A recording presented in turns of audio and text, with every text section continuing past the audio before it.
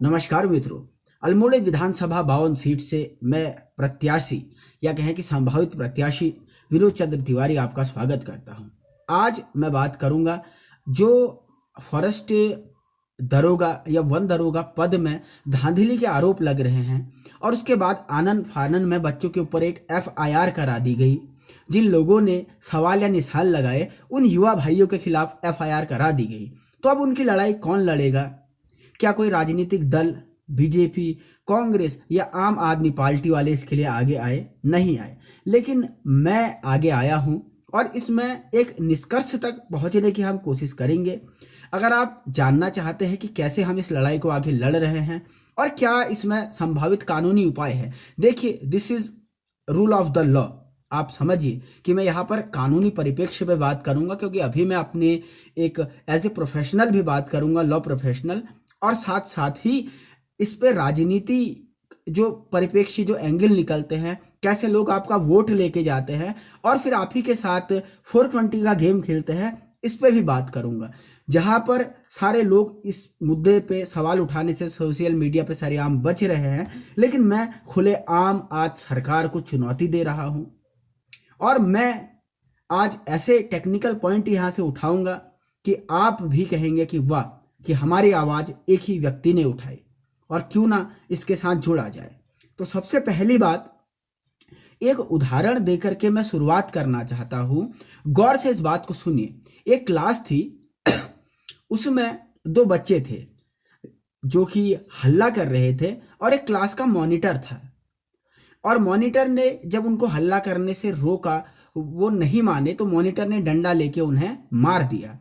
बाद में उन जिन बच्चों को मार पड़ी, हालांकि वो लोग हल्ला कर रहे थे, उन्होंने टीचर से कहा और टीचर ने उस मॉनिटर को ही उस मामले में दोषी करार दिया। क्यों? ऐसा क्यों हुआ? क्योंकि मॉनिटर का काम होता है क्लास में शांति बनाए रखना, और अगर यहाँ पर बच्चे हल्ला कर रहे थे तो उसे क्या करना था कि टीचर को बता देना था। तो अब ये जो वन दरोगा वाली कल एक अखबार में भी आया है कि भ्रष्टाचार जैसी कोई बात है, इसमें जो मैंने बात बताई इसको अप्लाई करके देखो। देखिए, हमें अगर भ्रष्टाचार की आशंका होती है तो सबसे पहले आयोग को कटघरे में खड़ा करना चाहिए, ना कि उन XYZ व्यक्तियों को, क्योंकि आप उनको सवाल पूछने के लिए अथॉरिटेटेड नहीं हो। अगर भ्रष्टाचार हुआ है नहीं हुआ है ये बात की बात है, लेकिन आपको सवाल पूछने का अधिकार आयोग से है। आप आयोग के पास आपत्ति दीजिए। और हाथ जोड़ के कह रहा हूं कि हमारा उच्च न्यायालय, क्योंकि हाथ इसलिए जोड़ रहा हूं क्योंकि न्यायालय किसी भी LLB स्टूडेंट की जिंदगी में एक मंदिर, सबसे बड़ा मंदिर होता है। हमारा तो राम मंदिर हाईकोर्ट ही है। तो माननीय उच्च न्यायालय के पास हम हाथ जोड़ के जाएं और उनसे कहें कि माननीय न्यायालय, इस मामले में ऐसी ऐसी प्रकार की धांधली हमें लगती है और उसके पक्ष में ये फला फला फला सबूत हैं, तो मुझे पूरी उम्मीद है कि न्यायालय इस पर कोई काम करेगा। तो कल जो बच्चों ने सोशल मीडिया पर, मैं देखिए आप लोगों के बीच का हूं, आप लोगों की आवाज उठा रहा हूं, लेकिन जहां पर गलत बात होगी उसे कंडेम्प्ट भी हमें करना होगा। तो जिन लोगों ने किसी व्यक्ति विशेष का नाम लिया, ये नहीं करना चाहिए था। आप आयोग से क्वेश्चन पूछिए, आप हाईकोर्ट चले जाएं, उनसे हमें क्या लेना और क्या देना। भ्रष्टाचार हुआ है वो तो हर एक एग्जाम में होता ही है, ये एक ओपन सीक्रेट है कि 10% 15% सीटें रिजर्व होती हैं, और वो आप लोगों की वजह से, क्योंकि आप लोग किन कैंडिडेट को सेलेक्ट करके चुनाव में जिता रहे हो। हम अभी इलेक्शन में खड़े उठे हैं, मुझे अभी तक युवाओं का कोई बहुत बड़ा सपोर्ट नहीं हासिल हो सका है, क्योंकि मेरे पास लड़ने के लिए पैसे नहीं हैं।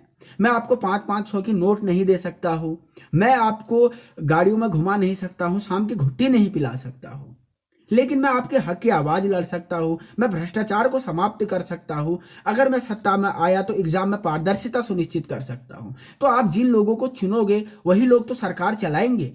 इसमें आप आश्चर्य की बात होने की क्या जरूरत है? आप मुझे खुद बताइए, जो लोग इलेक्शन में 3 से 5 करोड़ रुपए एक ही विधानसभा में बजट बने हुए होते हैं, इनके कोई भी बड़ी पार्टी हो, आपको पता ही है, घर घर पैसे पहुंचाते हैं, हर घर शराब वितरण करते हैं, तो ये क्या आपके भले का काम करेंगे? क्या ये सरकारी भर्तियों में भ्रष्टाचार नहीं करेंगे? आप ये सोच भी कैसे सकते हैं? बात तो ये है, आप खुद अपनी अंतरात्मा से क्यों नहीं ये सवाल पूछते कि आप अगर अच्छे लोगों को जिता के नहीं भेजोगे, अगर पारदर्शी लोग, आम लोग अगर जो कि पॉलिसी मेकर बनेंगे, जो लोग इस पीड़ा से गुजरे हुए हैं, हम भी समूह ग के फॉर्म फिलअप करते हैं, हम भी इस भ्रष्टाचार की लीला में शिकार होते हैं, तो जो तन लागे सो तन जाने, यानी जिसने वो चीज भुगती है वही तो उसके खिलाफ कोई जाकर के काम करेगा। तो हम लोगों को उन व्यक्तियों पे आक्षेप बिल्कुल नहीं करना है, हम लोगों को आयोग से सवाल पूछने चाहिए, हम लोगों को हाईकोर्ट जाने चाहिए। और अभी चुनाव का मौसम है, तो सबसे पहले मैं अपनी उम्मीदवारी आप लोगों के सामने पेश करता हूं, क्योंकि देखिए, अगर आप युवा शक्ति, ईमानदार शक्तियों को आगे आने ही नहीं देंगे, आप भ्रष्ट लोगों को जो चुनाव के बल पर, बाहुबल के दम पर, पैसे के दम पर और मदिरा के दम पर चुनाव लड़ रहे हैं, वो कल की डेट में सत्तासीन होकर के कैसे भ्रष्टाचार विहीन समाज की रचना करेंगे, कैसे भ्रष्टाचार विहीन समाज बनाएंगे, कैसे भ्रष्टाचार विहीन शासन आप लोगों को देंगे। क्या आप लोगों को लगता है, आप तो युवा हैं, पढ़े लिखे हैं, थोड़ा तो कॉमन सेंस का इस्तेमाल कीजिए।